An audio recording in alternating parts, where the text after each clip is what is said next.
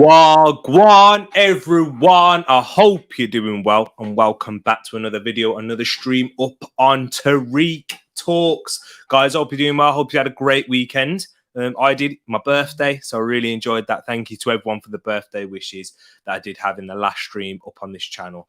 Appreciate you all. Guys, it's been, 3 months now? 3 months. We're coming up to 4 in December since I started this channel. And I'm so thankful and grateful for everything that you guys have done. And I'm grateful for everyone and each and every one of you. And let me just bring in my special guest. He's not a special guest. He's a guest onto the show. Here he is. He's smiling. It's Ed Min himself. How you doing, bro? Not too bad, T. How are you? I'm good. I'm feeling good. After even Arsenal's weekend result, how are you feeling? Talking football-wise, perfect. Wolves sixth, picking up a win no one expected us to get. Loving it. There we go. That's what we're saying. We got Grace up in the chat with her. Hello. Back to the usual self. Now I'm feeling the low. And we had the happy birthday, but Grace is back. Nice to see you, Grace. Hope you're doing good. There you go. Big shout for you there, Ed. We've got Will in the building. Yo, T-Money. I hope you're doing good. And we got my dad in the building watching from Facebook. Hope you're doing well. Thank you. And hi, Dad. Hope you're doing good. What's up, Ed? Sorry. More, Wilf. And more than happy, Grace. More than happy with the Wolves result. Thank you. Tell me about it, Grace. And you should be happy too. And do you know what? I think that's the perfect transition. We'll go into the weekend scores. But before we do that, actually, let me just remind you guys who are watching afterwards as well, because we don't have too many now, but I expect to see more later. And don't forget to hit that like button, people, and get in the comments below and let me know your thoughts, as that helps the algorithm too. Liking it, supporting it. Thank you very much for everyone who has already. Make sure you please do it, and you help support the channel and allow it to grow. We've got TCM, who's just jumped in as well. Hey, sis, hope you're doing good. And let us start with the weekend's results on the Tereak Talks preview Premier League review show. Sorry, getting it all muddled up there. And I think we should start with Manchester United. Their result, losing 4-1 to Watford, has led to Ole Gunnar Solskjaer being sacked. Michael Carrick, the interim manager, who was a part of Ole Gunnar Solskjaer's coaching staff, as well as Jose Mourinho's previously. So, Ed, let's talk Ole Gunnar Solskjaer and Manchester United. What's your thoughts on the whole situation? Ole getting sacked and Manchester United as a whole? I think it's gone past the point of jokes now, hasn't it? It's not fun anymore. It's not fun to take the mick. It had to happen. 4-1 to Watford it was so embarrassing that my 6-year-old son, your nephew, was even making jokes about it at the weekend. So I think that says it all, really. Ole, his exit interview, bless him. He's sad, he's upset, he's crying. But that's how much it meant to him. So you could tell. And that's another reason why it's probably not funny anymore. He obviously didn't want it to be such a big flop. He should have left after those first few months. When he picked them all up, went on that unbeaten run, steadied the ship after the Jose show. And it's like a bad relationship that carried on, wasn't it? That's what happened. Yeah. No one was willing to pull the trigger. I think we'll discuss what's going to happen next. But yeah, I think the 4-1, the disgraceful performance from most of those players, not just in the 4-1, but Bruno Fernandes, you've got Ronaldo, you've got all those people that haven't put, well, maybe not Ronaldo, his goals have done well, but for Fernandes, you've got the McFred, you've got all the memes, and I think at this point something needed to happen. Whether or not it's the timing's right, we can discuss that later.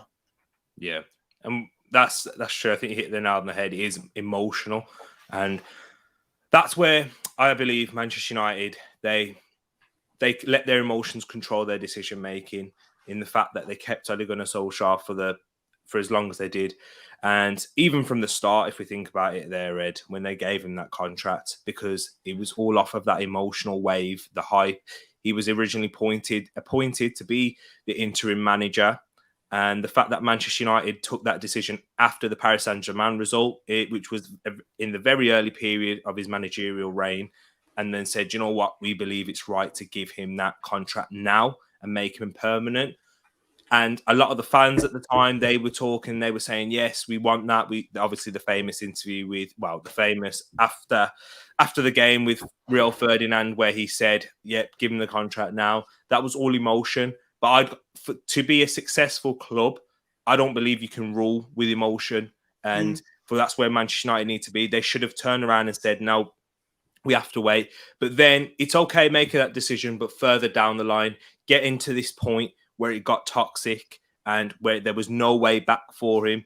There was other opportunities where they could have went, you know what, we've got to move on, and in that type of way. Whereas we talk about, and we'll get to this guy, Mauricio Pochettino, if we look at Southampton, for example, when Pochettino initially came in to Southampton, they got rid of Nigel Atkins. And at that time, that was thought of, oh, whoa, like, what are you doing? There was above relegation. They weren't in that scenario, and then they still took that risk because they saw the right man and they took that opportunity. Brendan Rodgers at Liverpool, yes, it started to end and he went through a sticky patch, but then they pulled the trigger, which was a season after, where that guy had and brought one of the best times in Liverpool in their Premier League to that point in their Premier League stay, because of obviously they didn't win the Premier League for 30 years. So you've got to rule like that. And that's where Manchester United's board, they don't rule, they don't take action. They don't have people there who are footballing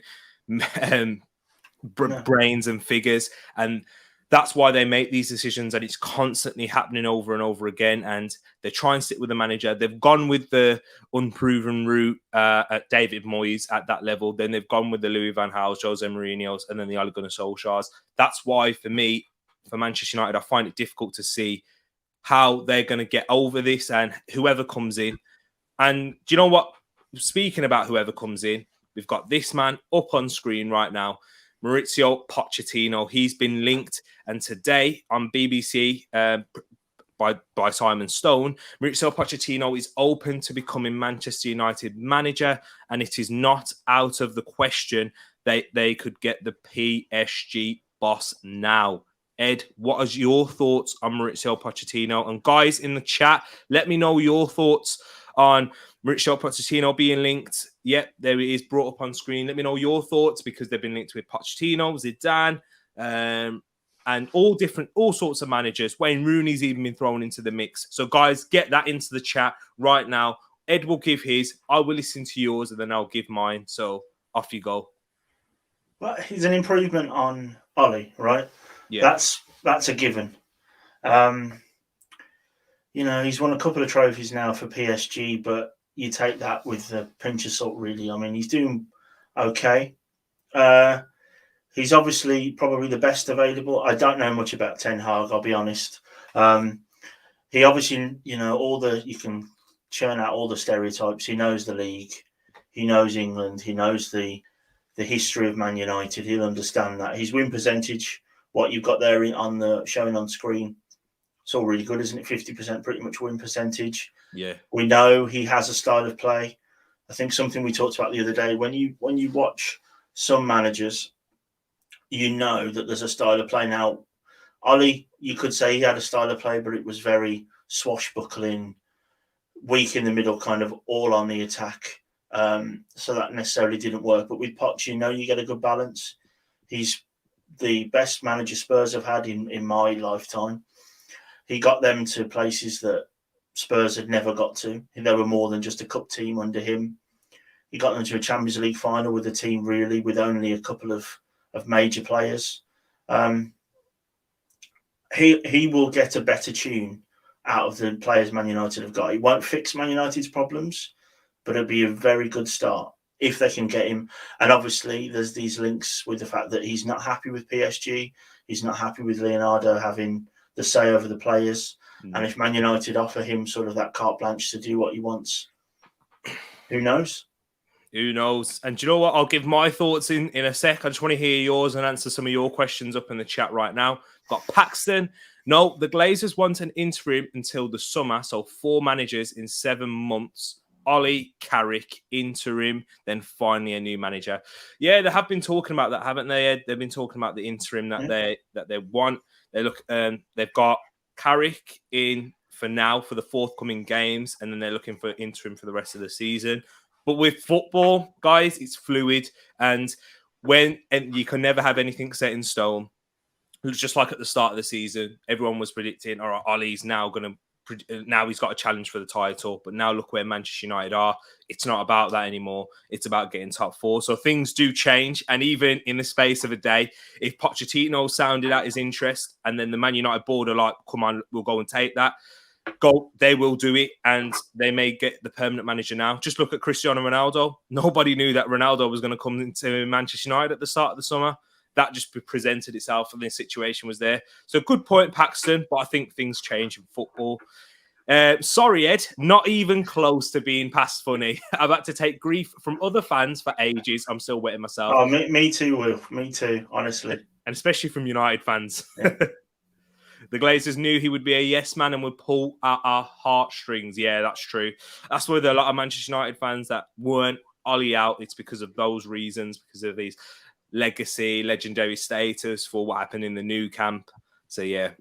All us United fans will have to take it as the Glazers are ruining the club and making us a laughing stock. Yeah, it's true, Munzie. You are right about that. Yeah, it's horrible for a manager to lose their job, but come on, 99% of all football managers' jobs end in the sack. Yeah, it is what it is. That's why I'm not too like, it's horrible, because unlike many people in their walks of life in managerial roles, when they get the sack, what happens, Ed? Did you get compensation? Do you get a big payout? I mean, I've never been sacked, let's put it that way. But no, you don't. And that's the thing. Yeah, it's all in context, isn't it? You can feel sorry for the guy in terms of clearly he didn't want to fail. But obviously, in the real world, if you lose your job, you don't know if you're going to pay your mortgage or your rent the next week. And obviously, football, it doesn't work like that. So you have to sort of I always try and take the money out of it, personally. Yeah. Exactly. We got Moss saying Pochettino, Spuds should have kept him, but That's they be true. dumb. Conte got his win. Boo. Zidane, Pochettino. What about Laurent Blanc? So do you know what? Before I give my thoughts on Pochettino, before I'll get into that, and because that's one of the questions, what next? So I'll give my thoughts on Pochettino first. As you see on the screen, 567 games managed to this date. 47.97 win percentage, and at PSG it's in the 60s, and at Tottenham it was above 50. So it kind of levels out because he's managed Espanyol and Southampton too. So they're the first two clubs that he managed. He's only won 2 trophies, both cups for PSG: the Coupe de France and the Trophée des Champions. And so yeah, that's interesting. And Pochettino gets labelled all the time as he's not won anything. He's how is he going to come to Manchester United? And those are the things that you look at. But in terms of his playing style, this is what you need to look at for Manchester United fans. Tactically flexible. You'll see him play in multiple variety of formations. As you're aware, you would have seen him at Tottenham play at 3 at the back, play a 4-2-3-1 predominantly with Tottenham and with Southampton.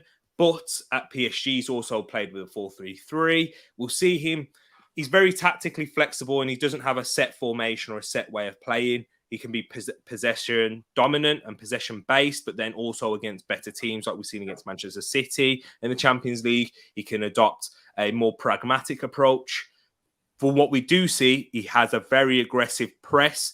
I remember watching a documentary. Well, this wasn't the All or Nothing, but this was a little thing when there was talk. It was like a little 30-minute documentary on Pochettino, and he was getting the Spurs players to come in for twice a day for training, once in the morning and once in the evening. And in the morning, it would be more physical, and then in the evening, it would be more tactical based sessions. So I thought that was interesting. You don't see many managers do that because they have like the meetings afterwards.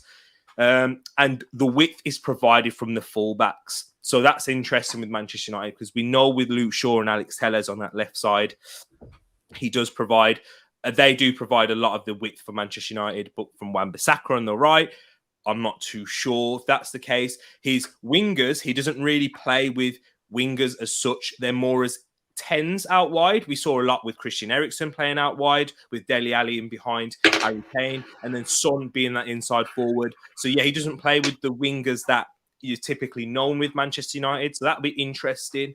And so yeah, with Pochettino, I think he would be a better fit for Manchester United than he would than he has been at PSG, because as Ed mentioned with the Leonardo factor. But for me, the biggest part is the fact that he will. It's how the board manage, and because I don't think that'll be too dissimilar in terms of how the board will manage that situation, because they don't they like to sign the players and they like to make the decisions and not give Pochettino, which he struggled with that at Spurs in particular. Let me just go back into the comments. Poch is a really good manager and the best team for that team. Sorry, I couldn't read. Blanc is unrealistic expectation for the Glazers. I believe you're right. Man United want Zidane. Ed, that's perfect, and that will lead us into what's next for Manchester United. Do you see them getting Pochettino? Do you see them going with an interim? What's your thoughts? You let me know. Well, the interim at the minute is it's Carrick, isn't it? And it's a bunch of Man United players that retired a couple of years ago. But the world isn't Football Manager, so I don't see that working personally. But the interesting thing is this stuff that's coming about Poch being interested. That is big. That is big. That is huge. Because if he is interested, then go and get him. Pay what you can to get the best man available. Zidane obviously did well at Real Madrid, but that's all he has. And I know that's a bit silly considering what he did there. But is that going to work? Is he just a better version of Oli in terms of he's sort of a legendary player with the man management skills? I don't know much about Zidane's sort of management skills personally, but I think when Poch is out there, Poch is making these noises that are being linked to not just by Twitter rumours. Go and get him. Go and get him. There's only so much of this interim, not sure what you're going to do nonsense before you have to stop. Oli was never going to work. We know that. Realistically, you knew that. His background was doing all right in Norway and rubbish at Cardiff. That isn't going to cut it at Man United. So I would just say eggs in a basket now. Go and get him. The Glazers have got to do something. They're already losing the fan base. Oli was living off a legendary status. He was living off his mates being in the media. I think they've got to go and get Poch now. Yeah, I agree. And I think you're right with that. Let me just jump into the comments as well, because we've got Why Nots in the building. Arsenal is not fluid. Arteta out. Yeah, I've heard you say that on plenty of streams. Why not? I know your thoughts on Arteta. You're not a big fan of him. And let me see what else he's been saying. Arsenal fans should want Zidane to stop ruining the club, dragging standards, settling for a loser like Arteta. I think why not? In terms of Zidane, why would he want to come to Arsenal? Because why would you want to come in that situation for Zidane? Zidane, he's not even interested in Manchester United. And look at the players that they have, and look at the players that we have. Do you know what I mean? The types of players that we sign. I don't think Zidane would want that kind of project at Arsenal. Do you know what I mean? And that's just the situation where we're at. And why not? I see where you're coming from, because you're like, it's hard to really accept where we're at as Arsenal fans, because especially growing up, Arsenal, we're the third biggest club in England. And, 13 league titles. And when we was growing up, we had like the likes of Henry, Vieira, Bergkamp, and challenging for titles with Manchester United. But the Premier League's different now. And unfortunately, we're not anywhere near that. So we have to really take consideration where we're at and where we could be. So, yeah, I do believe there are better managers out there than Arteta. But at this moment in time, we've trusted him. We've spent a lot of money. I think you'd be stupid to get rid of him now. And this is where you can really judge at the end of the season. At the end of the season, if we've not progressed, then you can pull the cord and say, that's it, we move forward. But anyways, let me move on. Let me have a look, and into the next part. So that Ed's given what's next for Manchester United. For me, I think they will go with the interim route and maybe Pochettino at the end of the season. I think Leonardo will have a discussion with him and will say, we'll give you to the end of the season because this is it now. I don't know who would PSG get in the middle of the season as well. They've got to be thinking about that. There's contracts involved, etc. And will Man United pay what's needed? We'll have to wait and see. We've got Joe in the building saying, evening tea. Hope you're doing good. Joe, nice to see you. So, yeah.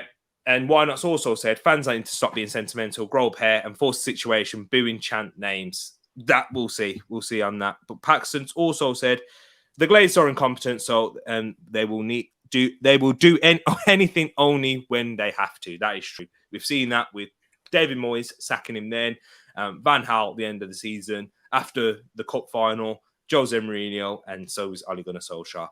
So let us move on into the weekend's games now, people. We've done a lot of Manchester United talk. So we'll move on first and we'll go. Hope you're liking these new graphics as well, people. I thought I'd make it a bit more colour coordinated. What's your thoughts on it so far, Ed? I like it. I like orange and black, that's always going to work for me. Oh, yeah, true. Yeah. No, I like it. TTF, let us know. Yeah, get in the chat. Let me know what you think, guys, because I'm trying to increase the quality of this content as well as just from the value that you guys gain, but in terms of production as well. Value first, production second. And let me know what your thoughts on this. Do you like the setup? And those of you watching afterwards, get in the comments, people. Get in the comments. So let's go into the first game. And Ed, let's get your thoughts on this one. Leicester 0, Chelsea 3. What have you seen of this game? Did you watch Match of the Day? No, I watched this game. Oh, yeah. I forgot we watched it together. What was your thoughts on this game and Leicester and Chelsea? Well, I thought Chelsea they handed Leicester a new one, didn't they? They handled them the whole game. I don't remember Leicester doing very much in this game. You got the Kante goal, which is a goal that I think you can see him doing more now. He's got a little bit more license to do what he wants in midfield. And I just thought it was sort of in a boxing terminology that it was Leicester weren't even within a boxer's chance. Yeah, they weren't even they didn't have a puncher's chance in this. They were kept at arm's length for the whole game. The whole game, Chelsea kept jabbing them, keeping them on the ropes. And when they needed to, I mean, did they have 3 goals disallowed, 2 goals disallowed? Yeah, for VAR as well. So they were absolutely battered. And Leicester, for me, maybe getting found out. I'm not a big fan of Rodgers, never have been. And I think that this could be something that maybe exposes Leicester, Brendan Rodgers, and sort of obviously the Thursday night stuff they've got going on as well. Yes, I agree with you there. And look, there's Paxton coming in. Sorry, we both clicked that, didn't we? Wouldn't surprise me if Rodgers gets sacked after Christmas. What's your thoughts on that there, Red? Do you think that could happen? I don't know if he's going to get sacked. I mean, I don't know Ollie to take over or something. I'm not sure, but I wouldn't see him get like that. That's probably a shout. I don't see him getting sacked, but I can see it if things carry on like this. Maybe it'll be a mutual termination towards the end, and Leicester don't tend to be owners that pull the trigger and stuff either, do they? So Ed, they do, Claudio Ranieri. Oh, true. So, yeah, do you know what? That's why I think it's a 50-50. And if they continue this run of form, I think that the Leicester owners are quite ruthless and they may make that decision. Leicester owners are probably looking at their next manager now, maybe thinking that Brendan Rodgers might take that next step. He might be looking to leave anyway, even if they were successful. And as Wilf has said, surely Brendan Rodgers' stock has dropped too low now to be considered for a top 6 job. Hey, Ole Gunnar Solskjaer went to Manchester United. So we'll have to wait and see. And you know what, Wilf? I've seen crazy things happen in football in terms of the management side. And Moss has said they're average without Tielemans and Tinkerman doing it and Tinkerman doing it again suddenly. Yeah, we'll get into that specific game in a bit. But in terms of that, I think, Ed, you've hit the nail on the head with that Leicester-Chelsea game. So I'm going to talk about the Aston Villa-Brighton one. And Steven Gerrard picking up his first win in his first game at Villa Park as well. Ollie Watkins scoring a fantastic goal. And then Tyrone Mings, who gets a lot of not disrespect. I don't rate him. I really don't rate him. And I know a lot of fans do. And he spoke about this in the summer as well. I don't agree with the abuse and hearing those sides of things. If you don't rate a player, I'll give him constructive criticism. And I don't think he's good enough on the ball. I don't think his defensively concentration is aware. I don't think he stays for what a player that you expect who's a leader. He's like 28, 29 now. But credit to him, he scored it. It was a fantastic finish with his right foot. And for Steven Gerrard to pick up his first victory at home against a very decent Brighton team. And with Brighton, let me just add this. This is what you expect from these teams in the middle of the table. It's going to be a lack of consistency, which will be their downfall. And the Brighton had a couple of chances. Trossard looked decent. You know, Leandro Trossard is a very good player on his day. I think if he could finish, he'd be up there with the likes within the top 6 team. He wouldn't be at Brighton. Definitely not. Yeah, exactly. Because he's finishing. His approach play is fantastic, Leandro Trossard. And that's where you can see he's playing for Belgium. But yeah, that's going to be Brighton's downfall. We always knew that. Are they going to score enough goals? Are they going to take their chances to be ruthless against these sort of sides, which will kick them on and progress them into a European spot? We'll have to wait and see. But Aston Villa, who are lower down the league, and we're a third into the season now, Ed? We're about a third. So I think this is where the table starts to take shape, in all seriousness. So this is where Aston Villa now are going to need to go on a run of games. I think it'll be unrealistic to see Aston Villa to go on them run of games and probably go 5 or 6 games with wins, because that's difficult in the Premier League for any side, for Liverpool, for Man City. I know them guys can do it, Chelsea, and that's what they've been doing. But that's where you have to give credit where credit's due. And if you do that, you're into with a European shout. So fair play to Aston Villa there. Good finish from Ollie Watkins. What's your thoughts on Ollie Watkins quickly, Ed? What do you think of him? Do you know my favourite thing about him? How well he speaks. I know it's nothing to do with his football, but he seems like a lovely, lovely boy. He's a good player, isn't he? He's a good, proper, old-fashioned centre forward as well, I think. Yes. I think it was a striker's finish, that goal. He wasn't going to pass it off. He was gonna put his head down and take a shot. I like him. I think fringes of the England team for me. He might be one of those players that there's just better players in his position, which means he won't get to 50 caps for England. Yeah. But he's young. He's done it properly. He's grafted through the leagues, and I think he's. Let's face it, he's got a good manager there that knows what a good forward looks like as well. He's played with a lot of them, so yeah. I reckon it's going to be a good partnership there if Stevie G can do what Brendan Rodgers has done in the most part, is bring some good form down from Scotland, but whether or not we can see Stevie G take it up a level. Yes, and guys, I'm just putting a question in the chat right now. Give me 2 seconds. I think this is an interesting one. Would you take Watkins at your club? Because he has been linked with Arsenal. Arsenal fans, why not Wilf, Moss, and anyone else? Would you take Ollie Watkins at your club? That'll be interesting to see right there. Let me know your thoughts. Would you take Ollie Watkins? Arsenal need a striker. Ollie Watkins has been very versatile in his career. As Ed said, he's grafted through the leagues. He's played in the left wing for the likes. Oh, who was it? Exeter. He's played in centre midfield as well. He's played in centre midfield. I remember that. And he's also played up front, and that's where he really made his name at Brentford, and that's where Aston Villa signed him. And he's got a very good goal. He has their moments of quality, and he does run the channels very well, so we'll have to wait and see. Burnley versus Crystal Palace. That was a 3-3 result. One of the 2 3-3 results and 3 o'clock kickoffs. So, Ed, what's your thoughts on this game? And who do you think that a draw was a fair result? Or who do you think should have edged it? Oh, sorry. Didn't mean to do that. Spoiler for later. It's the 3-3. I mean, Burnley, I predicted them to score at least this week. I didn't predict them to score 3. The Chris Wood header is probably the worst header I've ever seen score a goal. Just going to say, I didn't think he meant that at all. But this is what these two teams seem to be doing. I mean, the Crystal Palace, Vieira picking up draws. A draw away from home at Turf Moor. I think he'd have taken it at 3 o'clock. But as the game progressed, Benteke missed a couple of chances as well as putting some away. It seemed like a bit of a crazy game. I watched the match of the day highlights. Yeah. It seemed backwards and forwards. I know you've got a Crystal Palace contingent in the TTF. Not sure they're here yet. So in the comments later, maybe let us know your thoughts on it. But yes, please. But the Burnley Crystal Palace, a draw is what I predicted. Again, not to spoil for later. And I thought that that's what we were going to get. I didn't see it being 3-3. I didn't see Benteke picking up his goal scoring in this year's looking ridiculous again. He's got that little bit of the Aston Villa Benteke back about him. And Burnley grafted. I thought they were quite hard done to as well towards the end. I thought the Anderson That was my next question. What do you think? Is that a red card for you? In 2021, yes. Yeah. Growing up, when I watched football, that was nothing, and you would have hoped your striker wouldn't fall down. But it is a sending off nowadays. And also that touch by Vidra towards the end. What a touch. It's a shame he hadn't put that in. I know. That's Matic Vidra, who scored a lot of goals in the Championship. And so, yeah, that was interesting. And, yeah, Crystal Palace had a fair few chances as well in that game. But let me go into the comments of what they were saying about Ollie Watkins. We got Why Not? He's saying yes. With Ollie with a different manager. And Wilf going no.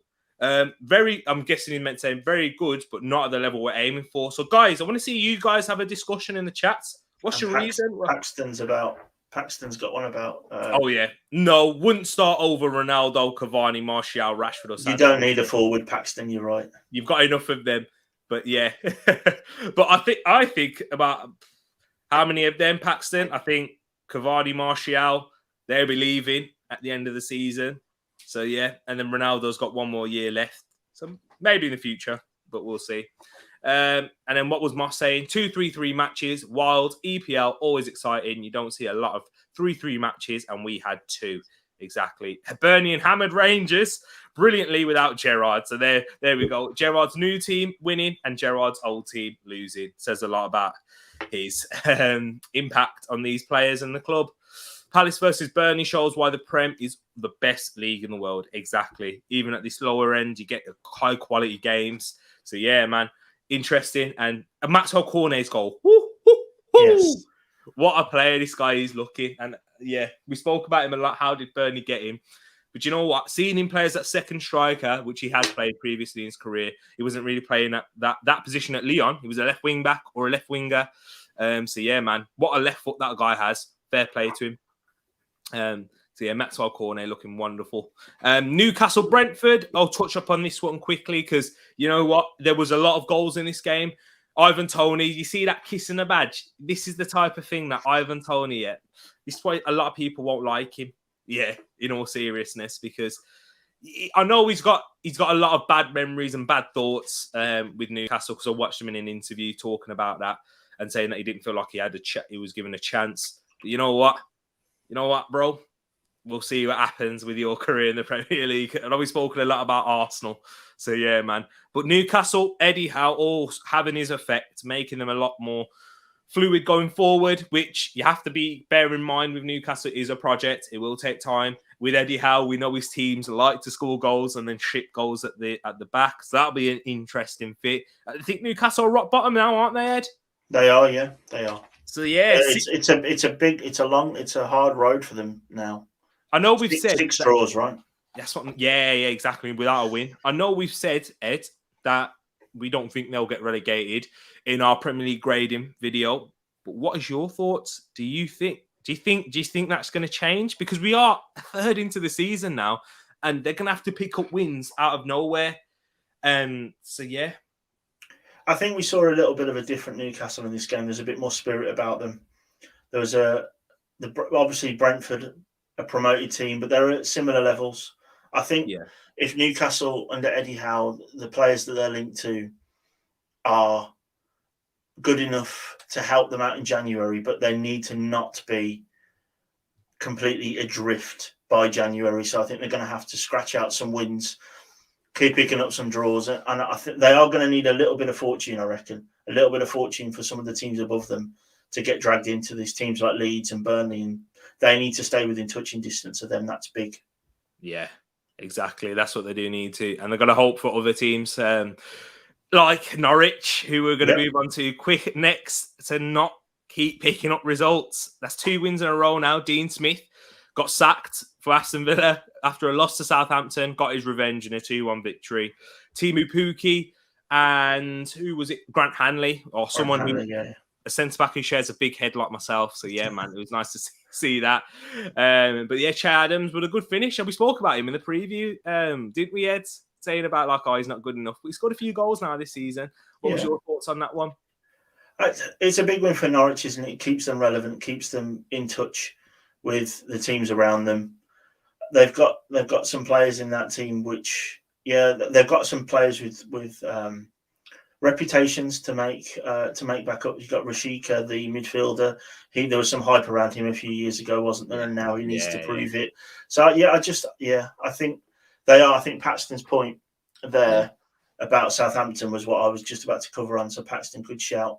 They are a little bit blunt up front. I know Che Adams is doing well, but I think he's an old-fashioned sort of number 10 second striker. And Armstrong, I don't know if he's going to cut it at this level. It's big to ask him to come in and score the 15 goals or so that Ings was going to get Southampton. So, we don't need to dwell much on Norwich Southampton, but I thought it was a big win for Norwich, and Dean Smith, the local lad. It's nice that he did well. Yeah, exactly. Local lad, Dean Smith. We got Moss, who I thought when he first created his new logo for his new icon, I thought that was a Norwich badge for a second. But yeah, he's giving me his thoughts on what Arsenal should go for. Dominic Calvert-Lewin, Watkins, feels like, the English tax is crazy. Mac up in the building, still crying that Ollie has been sacked, bro. Liverpool fan. We'll get into our game. Mac, please leave your thoughts when we get into that for your Liverpool-Arsenal game, because you're a Liverpool fan. You've spoken a lot about Arteta and stuff, so it'd be nice and interesting to hear your thoughts. And Pookie all the time. So yes, I do. I know. And Green, that's the reason. What's that, Ed? Saskatchewan. That's it, Saskatchewan. Yeah. What was I called it before? Saskatchewan or something like that. But yeah. And Hibs, because we've spoken about that with previous. Yeah, you follow the Hibs, don't you, Moss? So just quickly onto the game in itself in isolation with Watford. Because we've spoken a lot on Manchester United, let's speak a bit about Watford here, Ed. 4 goals. Watford, Josh Keating scoring, your FPL legend, Emmanuel Dennis, who I had in my team at the start of the season. I think I might need to get him back because he's a cheap striker. Well, it costs a lot more in my FPL now. But they seem like they're doing okay a bit, Watford. What's your thoughts on them? Do you think they're going to stay up? It's a bit early to say stay up. They've got a few wins. They had the early win against Villa, didn't they, as well? Those 3 points are massive in games like that. These ones should be, you would normally say, and again, I'm not joking about Man United, you would think that anything against Man United at the minute would be a bonus for a team like Watford. I support Wolves, and for most of my life, we've been, similar to Watford on levels. But the Tinkerman, I think, as Moss or someone else called him earlier, had them set up right. And Man United were imploding. You had Donny van der Beek show why he should have been playing for Man United.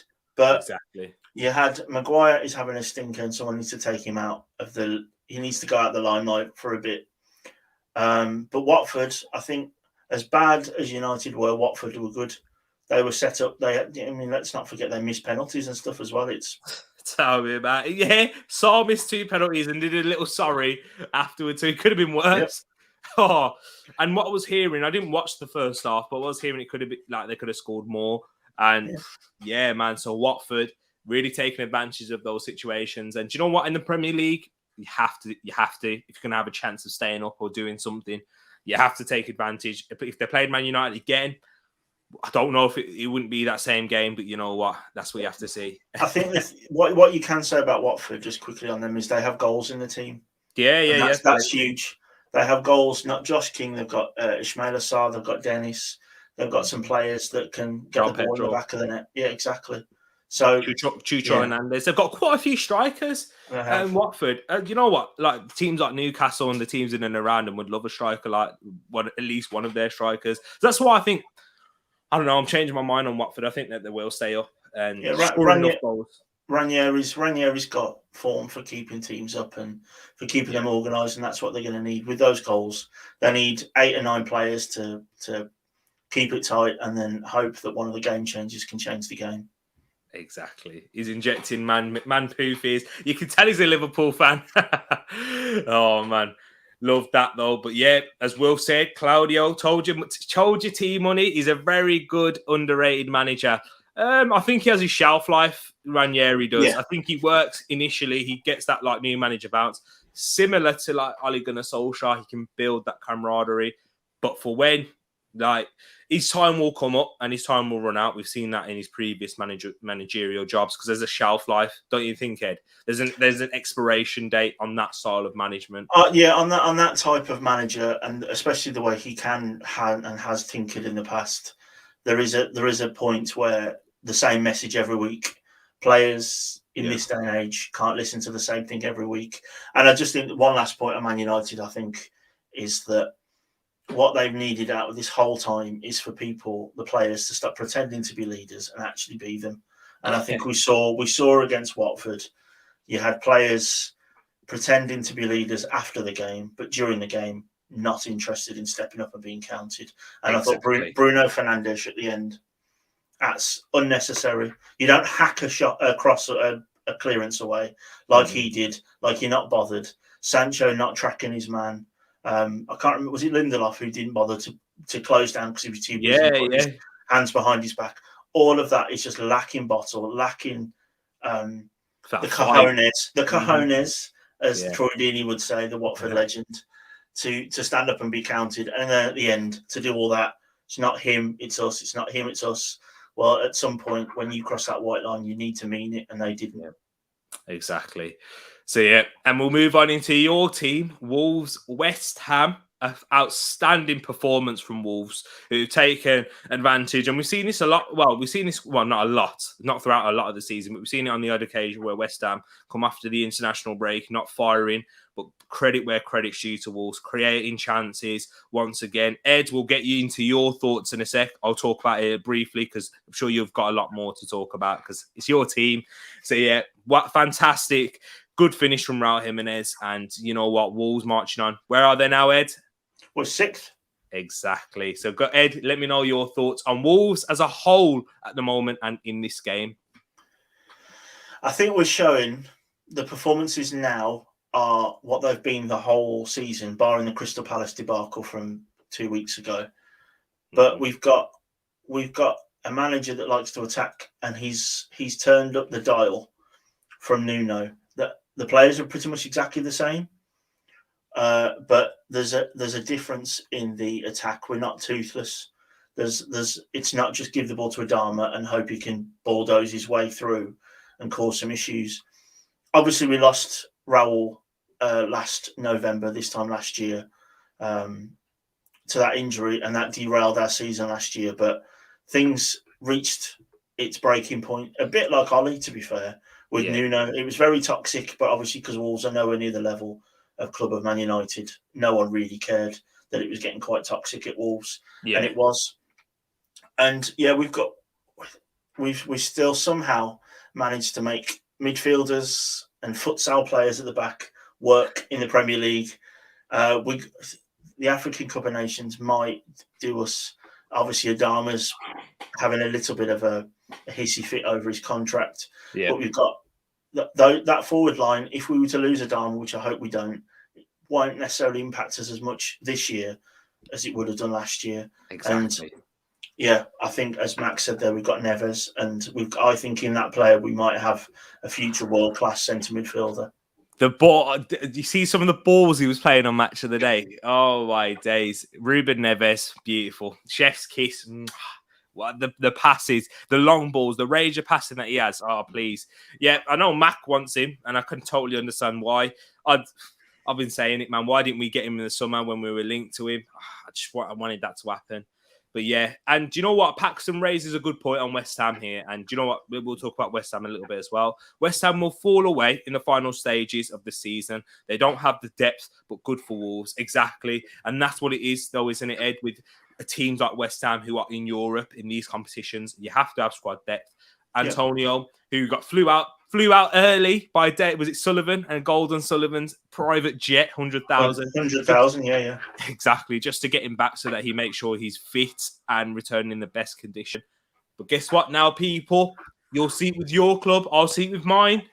We are coming into that Christmas period now where games are coming in thick and fast. It's next week, isn't it? Not this week coming up, where we're going to have Premier League games in midweek. And that is where players will pick up these injuries and we'll miss about 3 games when it might be about 2 weeks. So those 3 games will be a lot. and those 3 games can change your season. This is where the season is built. So West Ham, how are you going to do through this is going to be the real show where you're going to make it. And let's talk about Liverpool versus Arsenal. Yeah, Liverpool versus Arsenal. I did a watch along up on this channel. Liverpool winning by 4-0 against Arsenal. I'll give my thoughts quickly on this one. Well, as quickly as I can, because I have to break it down. Yes, settle in, people. Settle in. Get your comments in. Get your copies in. Hit that like button. And yeah, I'll break it down. So, first 35 minutes, I was very impressed with Arsenal and how we set up in that game.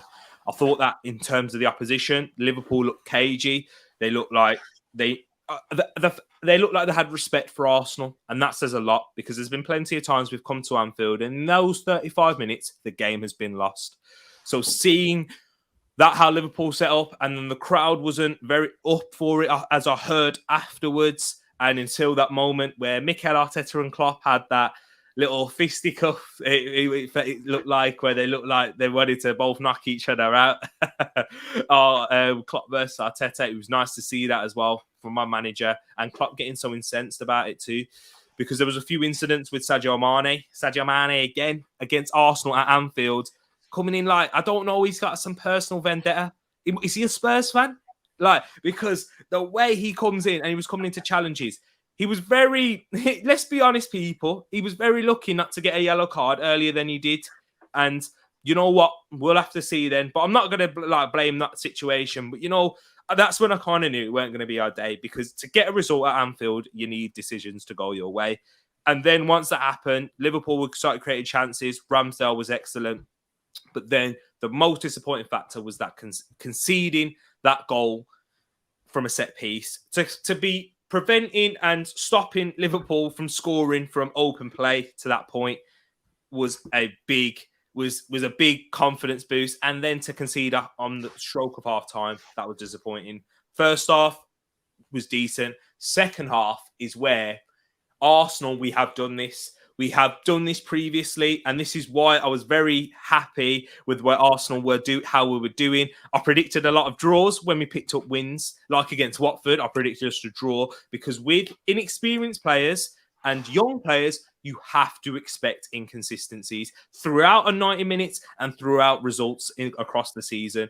Arsenal fans, prepare yourself. We are going to draw or drop points in games we're expected to win, because we do have these young players. And coming up to Anfield and doing that, credit where credit's due to Liverpool. They were out of possession, are the most dangerous team in the league. How they set up that press, how they set up these traps, made Lokonga give the ball away so many times because of their aggression in their press. We didn't know how to handle it. And with those young players, naivety comes with the bravery that Tavares showed. He did very well, I think, in 1v1 occasions against the likes of Salah and Trent, but then gives the ball away. And 2-0, game's over. We're playing to Liverpool's hands. So Liverpool, this is why they're titled contenders, and we're not at that level. Liverpool, with how they played, they could do that to anyone.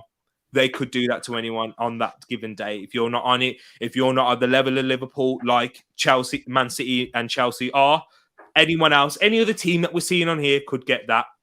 Do you think I'm right in my analysis there, Ed? Or what was your thoughts? Yeah, I think Wolf's Creambone's comment here is that in the first half, it was as even as you could have expected it and hoped it to be. But Liverpool showed their class, I think, in the second half.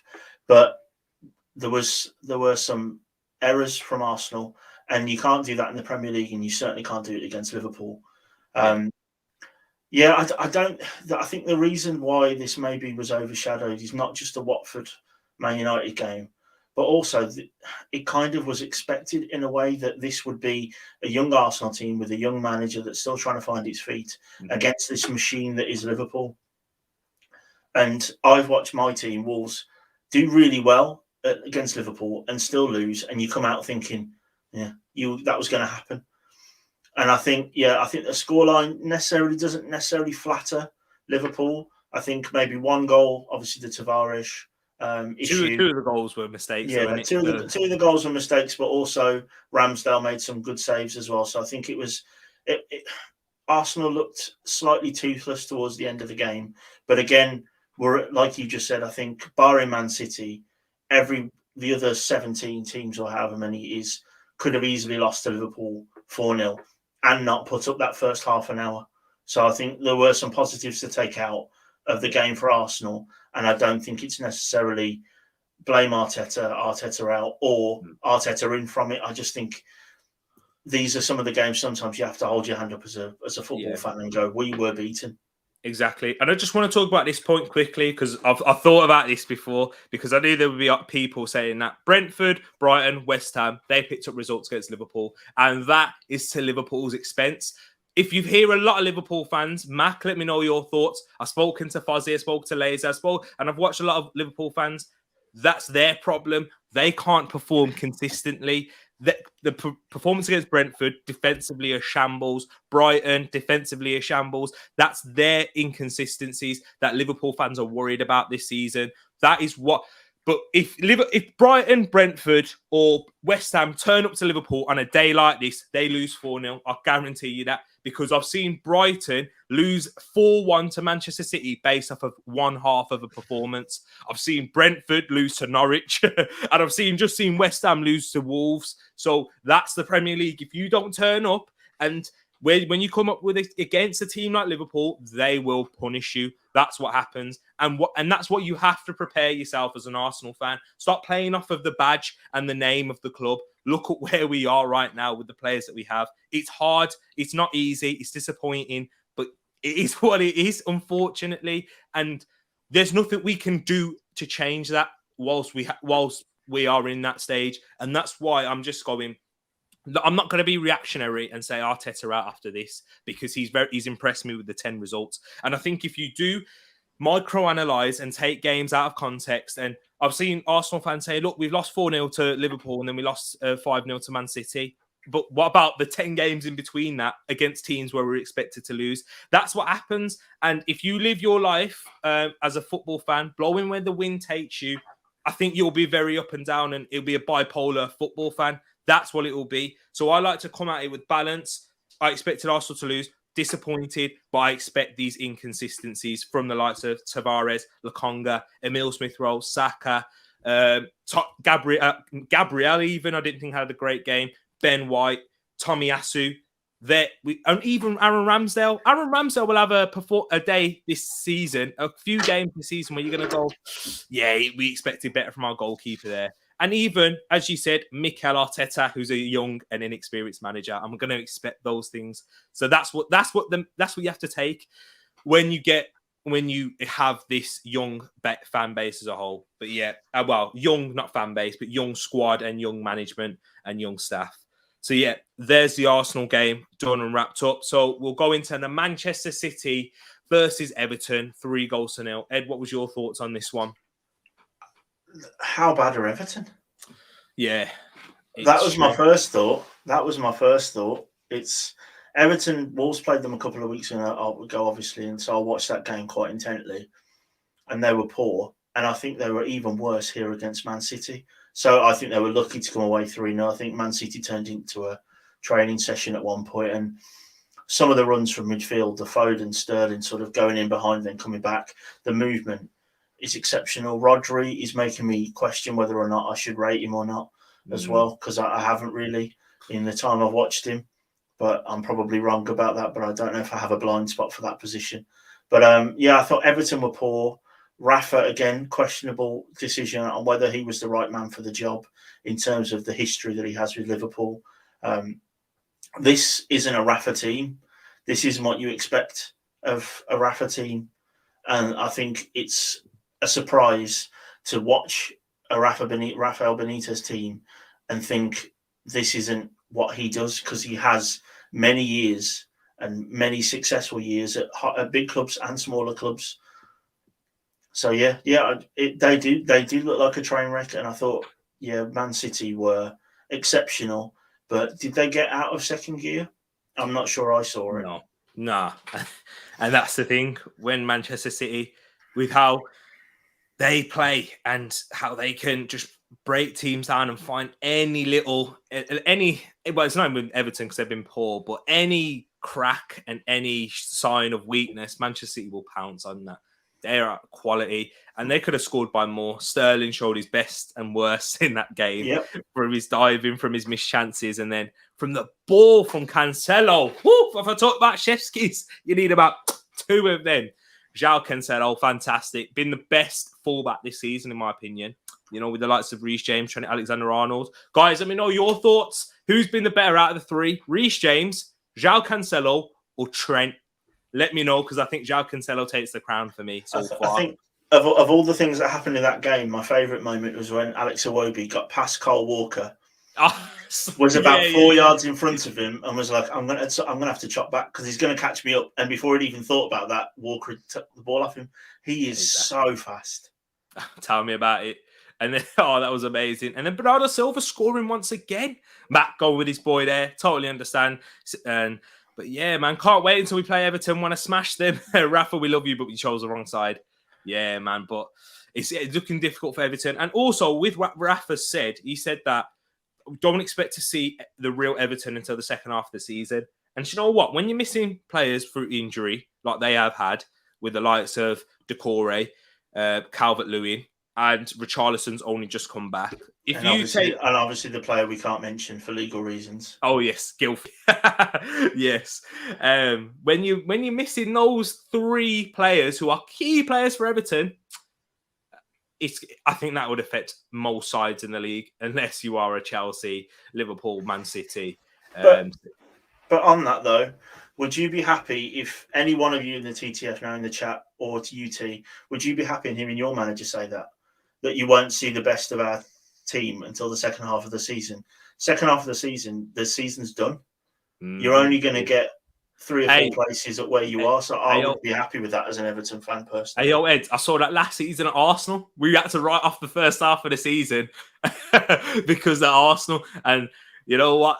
That's what happens. And that's the important, and that's the sad part of this. But yeah, so yeah, man. Trent is a bad boy, no doubt. Paxton's gone with. Yeah, I think I agree with that order. First, Cancelo, Trent second, Reece James third. Although I think James is underrated. I think, yeah, definitely, I do agree with that one. And Moss has said Cancelo most consistent, but TAA is amazing. So yeah, interesting there. Everybody rating TAA. So yeah, and Creambone saying sorry, Sterling should have had a pen. And then why not? Explaining his reasons. Why is Arteta out? Bad performances all season, unsustainable football, relying on the keeper and defenders without creating enough scoring chances. Norwich, Burnley, Leicester was poor to watch. So yeah, thank you. Then why not? And guys, if you disagree, have a chat. Let me know your thoughts in the chat, because at the end of the day, opinions are opinions, and you know what? We'll wait and see, because we'll have to wait and see what happens with Arteta. You may be proven to be right, and I know you want the best for your club. Why not? I know that's what you want. So yeah, man. As long as we keep it respectful, and he's keeping it respectful there. So yeah, man, appreciate that.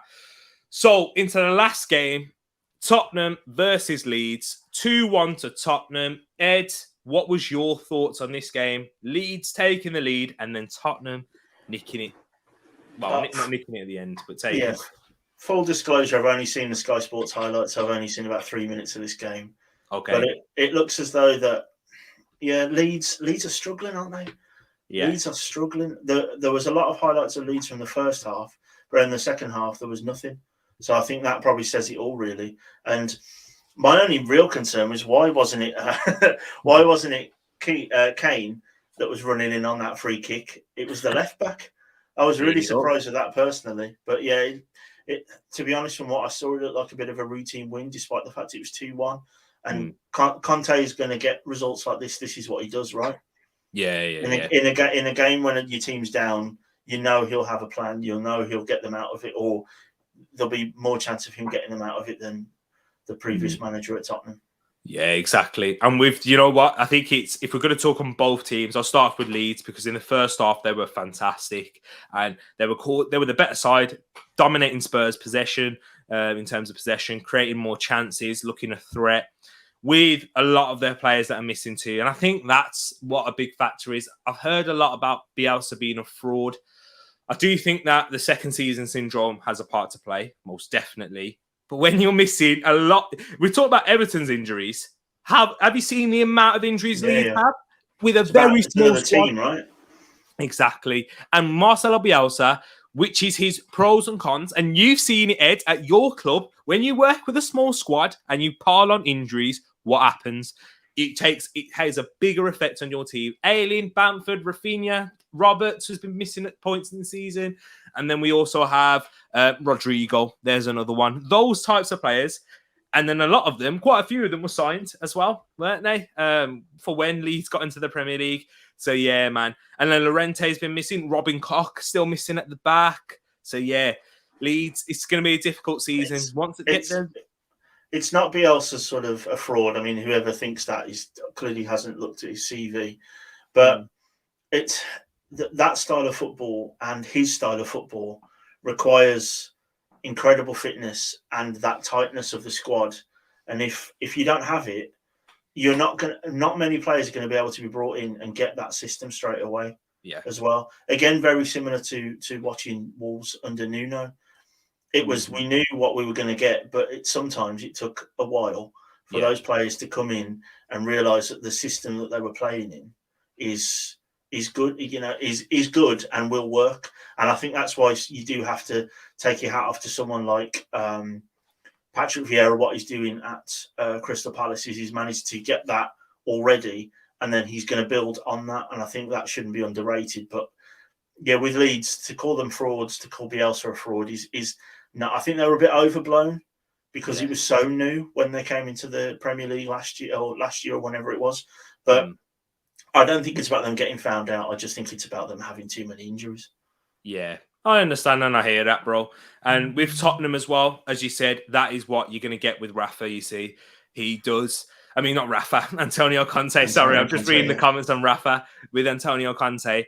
He sensed that there was an issue and he changed it because that's what Antonio does. Tactically, he knows and he's very adept. And that's where we want to see as Arsenal fans, Mikel Arteta develop his game and recognise issues and change them and be ruthless. And that's why he has won the amount of trophies that he has, because he can sense and he can drag results. And quickly, on the end of the game, in terms of the celebrations, I've seen him get some stick on that with Antonio. That's what winning managers do.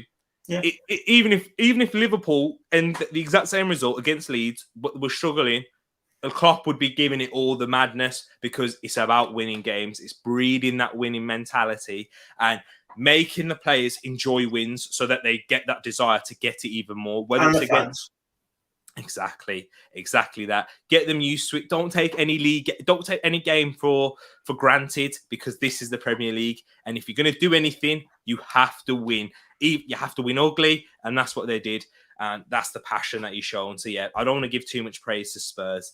But guys, we have wrapped up all these games. Let me go through the comments and then we'll go into the next part, which is showing the scores for the predictions. What you may have seen a sneak peek at the start by accident, but yeah, I will get into that in a second. Leeds, that looked pretty good. Geldhart or something, yeah. They're talking about do you know what Leeds fans and a lot of pundits around have been describing this Joel Geldhart?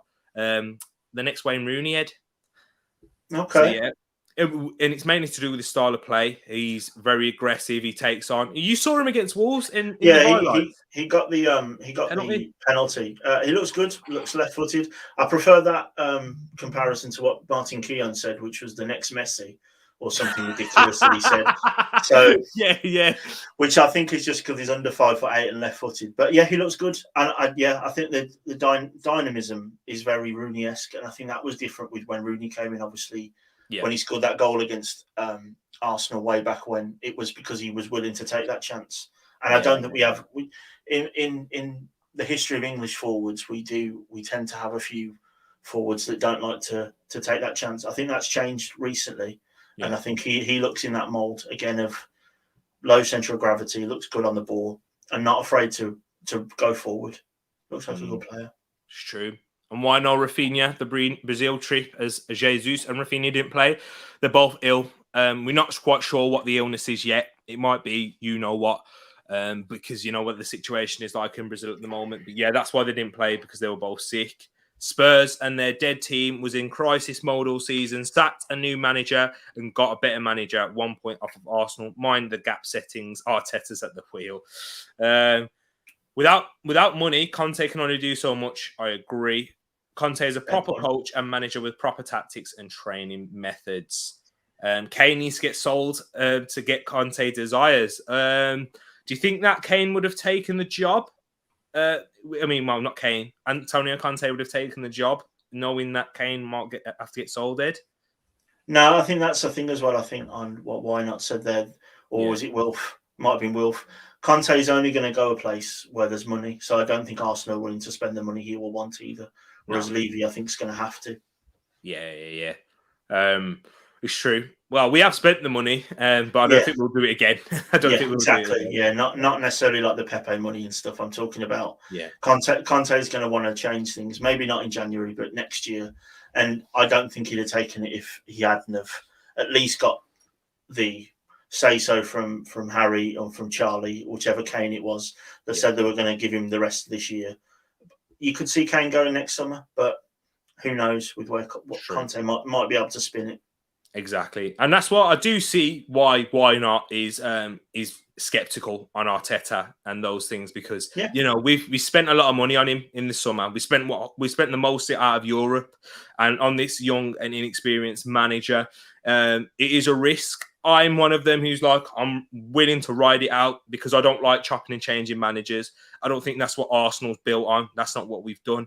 But in terms of other clubs, and I can see why you'd say, this is why we could have got better managers who we could have entrusted with those types of money. And you're saying, like, for example, Leeds are a mess, but he's still taking Bielsa. So let's get into this. These are the scores for the TTF. You guys get your predictions into the preview. We will be bringing you another preview show coming up. What day are you thinking, Ed? Thursday or Friday? Probably Thursday. Thursday probably works better. Thursdays, yeah. We'll be bringing you another preview show up on Thursday. These are the scores on the door. As you can see, Edwin and TTF top with 20 points so far. And then the host, the man who pretends to know everything, sitting pretty at the bottom with 12. I need to pick myself up. What did I get this week, Ed? I got the Man City result bang on. The week before you only got 1 point. You only got one result right. But without the Man City result being spot on, you'd be on 10, and you'd be on half of what the TTF and myself are. There you go. I can pick myself back up. Slow start to the season. Like we've seen from many, might have to sack myself and then get an interim manager for the rest of the season. But yeah, I'll pick myself back up. Don't you worry. I'm going to play it a lot more safer. I've taken a lot of risks so far this season. Like with the Arsenal, I predicted an Arsenal 2-1 win, even though I didn't truly believe it. If I'd have went for the Liverpool win, there'd have been an extra point there. So yeah, we'll have to wait and see. But guys, please don't forget to leave a like on this video if you're watching it right now or afterwards. Get in the comment section whether you're watching it now or afterwards. Please get in the comments. It does help a lot in terms of the algorithm. Ed, thank you so much for coming on this again. On. You can see it's gone dark where you're at. It has. I've been too nervous to stand up and turn the light on, so that's why I'm getting closer and closer. That's all right. With your pale face, we can see it exactly. Anyway. This isn't going anywhere. That's it. We're all right, bro. We're all right. Thank you for the ginger hair, man. It's like you're a firefly. You know it. And it's perfect. He's on the orange side as well. Exactly. There you go. That's how serious I take the branding of this channel. Exactly. That was all coordinated people. Don't forget. But thank you for coming on again, bro. In terms of this week, Manchester City versus PSG watch along. That's what I'm looking to do. When's that on Wednesday? Yeah. That'll be a good game. Definitely doing that. A lot of talking points coming in into that one. Red Do-Rag retired. Hold on. No, he's sending it me, Moss. It's here. The reg. I know we lost with the Red Do-Rag. But it's right here. Don't you worry about that. And I probably will send it to Ed. He's wearing it right now. Anyways, thank you very much, people. Catch me soon. Catch me on the socials. Don't forget to follow me or add me up on the socials, up on TikTok. We will be putting more content on there, a bit more combined 11s, versus. I've got a lot of ideas. Ed's helping me with a lot of ideas on TikTok too. So please do get on the TikTok page, and then in the links in the description, please do that. Thank you, everyone, for joining. Have a good one and enjoy the rest of your day. Oh, the Manscaped kit has arrived. Sorry, I have to say that. Congratulations. We're going to have a chat know-how on that. But take care, people. Have a good one.